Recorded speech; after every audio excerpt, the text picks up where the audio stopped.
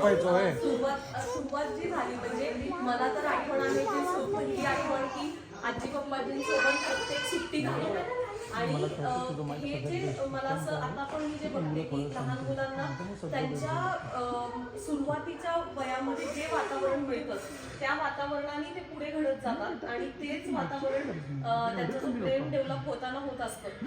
So त्या काळामध्ये योग्य त्या माणसं आजूबाजूला असणं हे इतकं गरजेचं आहे आणि हे त्यांनी आम्हा सगळ्यांनाच दिले. म्हणजे प्रत्येक नातवंडांना तो सहवास लाभला होता.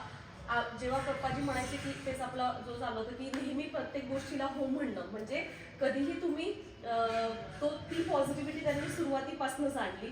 त्याच्यानंतर आम्ही जेव्हा सुट्टीमध्ये जायचो त्याच्यामध्ये वेगवेगळ्या पद्धतीने की आपण वेळ पण घालवतो तर तो कसा सत्कारणी लागायला हवा. जसं आमच्यासोबत शब्दकोडे सोडवणं, सुडोकू सोडवणं. त्यानंतर मला तर आठवतं ज्या वेळेला 12वी मध्ये ते माझ्यासाठी खास म्हणजे राहिले होते. माझ्या सुरुवात जी माझ्या करिअरची झाली तर त्याच्यात त्यांचा खूप मोठा सिंहाचा वाटा आहे. बिकॉज त्यांचे सगळे फिजिक्सचे प्रॉब्लेम एक प्रॉब्लेम मला पूर्ण समजेपर्यंत त्यांनी आणि अनिता मावशीनी म्हणजे सगळ्या एक स्टेप्स म्हणजे माझं समाधान होईपर्यंत त्यांनी दिलं. कधीही त्यांनी नाही म्हटलं नाही की त्यांनी मुलींसाठी तर केलं तेवढंच आमच्यासाठी पण खूप केलं आणि अजूनही करतात. म्हणजे मला तर हे आठवतं की इव्हन महिकासाठी सुद्धा जेव्हा कुणीही नव्हतं ती लहान असताना राहायला ते सुद्धा राहून तिला ते सगळे म्हणजे व्यवस्थित सवयी लावणं, वळण लावणं आणि हे सुरुवातीपासून आम्हाला दिलं. आणि जे मला आवडतं की आज पण ते ज्या पद्धतीने जसं अनिश म्हणलाय की सेकंड इनिंग आम्हाला अशीच पाहिजे तर ते आदर्श ते आमच्या डोळ्यासमोर ठेवतात आपल्या सगळ्यांच्या पण की दोघांचं त्यांचं आयुष्य पण ते जे आहे ज्या पॉझिटिव्ह वेनी ते जगतायत असं कधीही मी बघितलं नाही त्यांना की कुठल्या तरी गोष्टीवरनं काही रुसवा फुगवा खूप झालाय ॲटलीस्ट आमच्या समोर नाही आणि त्याच्यानंतर म्हणजे कुठलीही निगेटिव्ह विचार करणार नाही कोणत्या लोकांबद्दल किंवा त्या चर्चा होणार नाही. ज्या कुठल्या चर्चा होणार त्या एकदम पॉझिटिव्ह होणार. वाचन, त्याच्यानंतर शब्दकोडे सोडवणं, महिका पण एवढी एन्जॉय करते त्यांच्यासोबत शब्दकोडं सोडवणं, पत्ते खेळणं. म्हणजे ते म्हणतो ना आपण की त्यांच्यामध्ये तो एक ऑरा आहे आजूबाजूला आणि ते जे वाईब्स येतात तर ते इतके छान आहेत की नेहमीच म्हणजे हे नेहमी लक्षात राहणार. आणि मे बी मला असं वाटतं की ते कुठेतरी येतं जे उपजत असतं ते बिकॉज ते वातावरण मिळाल्यामुळेच आज आय थिंक मी एवढ्या पूर्ण चांगल्या पद्धतीने मला सुद्धा पुन्हा ट्रान्सफॉर्म करू शकले.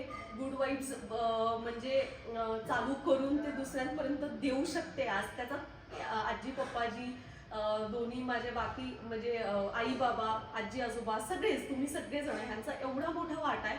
आणि I am so blessed and lucky to have such a wonderful family. कारण आजच्या काळामध्ये हे खूप कमी मिळतं लोकांना. म्हणजे आपल्याकडे भरपूर गोष्टी सक्सेस मिळतं, पैसा मिळतो, पण आय थिंक हे असं कलेक्टिव्ह फॅमिली मिळणं आणि एकमेकांना एनकरेज करणं नेहमी त्यांनी प्रोत्साहन केलं.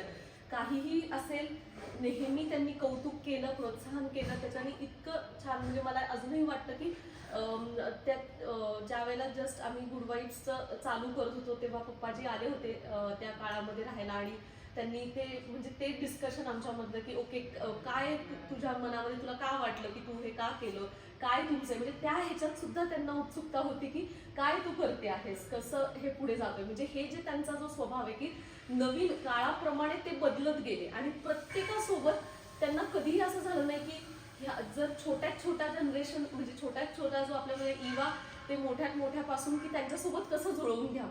आय थिंक हे त्यांच्याकडनं आपण शिकायला पाहिजे आणि तो सगळा आदर्श त्यांनी आपल्या समोर ह्या इतक्या 90 वर्षांमध्ये ठेवलाय. अजूनही आम्ही शिकत जाणारच आहोत आणि असंच आपण पुन्हा 100व्या वर्षीच्या बर्थडेला जमणार आहोत सगळेजण, हे तर नक्कीच आहे. आणि मला खूप आनंद होतोय की खरंच म्हणजे हे अगदी म्हणजे हे लंग आहे की ह्या फॅमिलीमध्ये ह्या फॅमिलीचा सहवास मिळणं आणि इथे जन्म होणं आणि ह्या सगळ्यांचं प्रेम मिळणं. आणि थँक्यू सो मच पप्पाजी, तुमच्या म्हणजे दोघांचा पण आमच्या आज आम्ही जिथे कुठे आहोत सगळेजण त्याच्यामध्ये खूप मोठा वाटा आहे. Thank you so much. थँक्यू.